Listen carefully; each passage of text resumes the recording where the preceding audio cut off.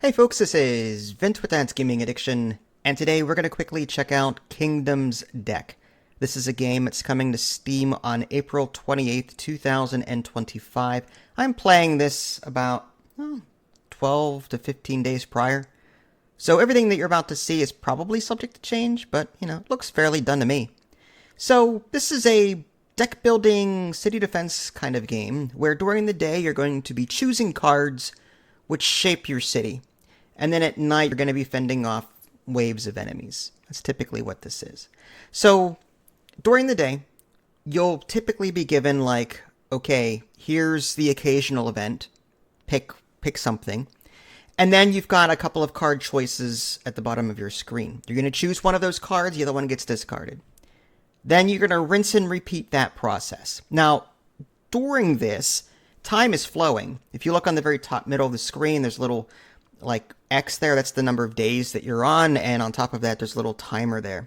So as you're picking cards, you're going to be earning resources based off of, how your city is progressing. You're going to assign villagers to different things that you're putting down. So you can put villagers on farmland to make food.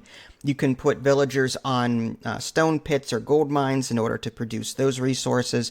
There are lumber spots that you can put your villagers on as well.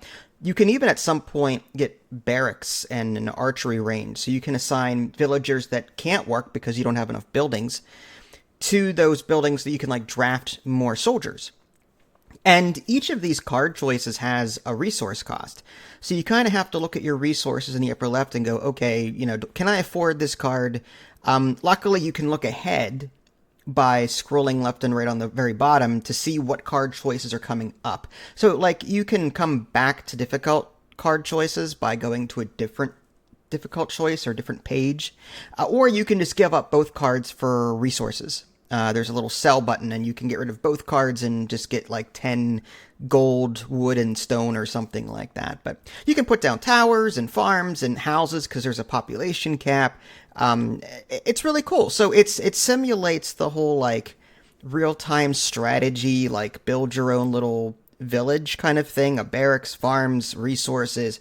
There's all of that. But then at the end of the day, you have to defend from waves of enemies, and they get ever increasingly difficult. You do have things to help you out. Like I said, you will be training troops as you go. There's even an altar thing where if a unit dies, there's a chance he'll be resurrected. You have to build those. There's also spells that you can activate. On the very bottom of the screen, I started off with Strike, but due to card choices, I chose Wall of Fire 3 times. It's a spell part, I guess. And I got 3 of those parts, enough to make the spell, and now I've got access to a new spell that I can activate. And they're unlimited, but there's a cooldown associated with them. So you can use them as much as you want to, but like I said, there is a cooldown. And these enemies are, it looks like they're undead as far as I can tell. You've got birds shooting fire. You've got zombie-looking things. You've got these large golem-looking things, fire wraiths. It's okay. The graphics aren't amazing, but I was having fun managing both the resources and the city side of it, and also trying to figure out how best to defend my stuff at night. You will, through card choices, be able to put walls down, and you can even upgrade those walls from wood to stone. So it depends on what kind of city that you want to make. Do you want to make a really economical one so that when those events pop up, you can afford the really expensive choices and do really good and get a lot of bonuses out of that? Or do you focus heavily on gold and then use that gold to maybe buy a lot of villagers or people? Or, do you focus on getting free food so you don't have to build as many farms? Those card choices, I like that. I like that there's no meta as far as I can tell. I did beat the first level. There's a tutorial, then I was thrown into what you're seeing here, a 10-day event level. And it said I had beaten it on the easier mode and normal, but I wasn't given a choice on difficulty. I think the game automatically threw me into normal. But supposedly there's 3 different difficulties associated with this level, but I wasn't given the choice. So I don't know if it's a bug or what, but all in all, not bad. I enjoyed this. I don't know what the price is going to be. According to my press email, it says $15, but with a question mark. So I don't think the developer or the publisher really knows yet what the price point is going to be.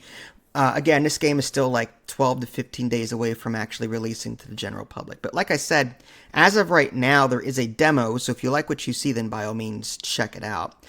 Yeah, I will thumb this one up. It is fairly good. It's not the most graphically intensive out there, but it's still fun.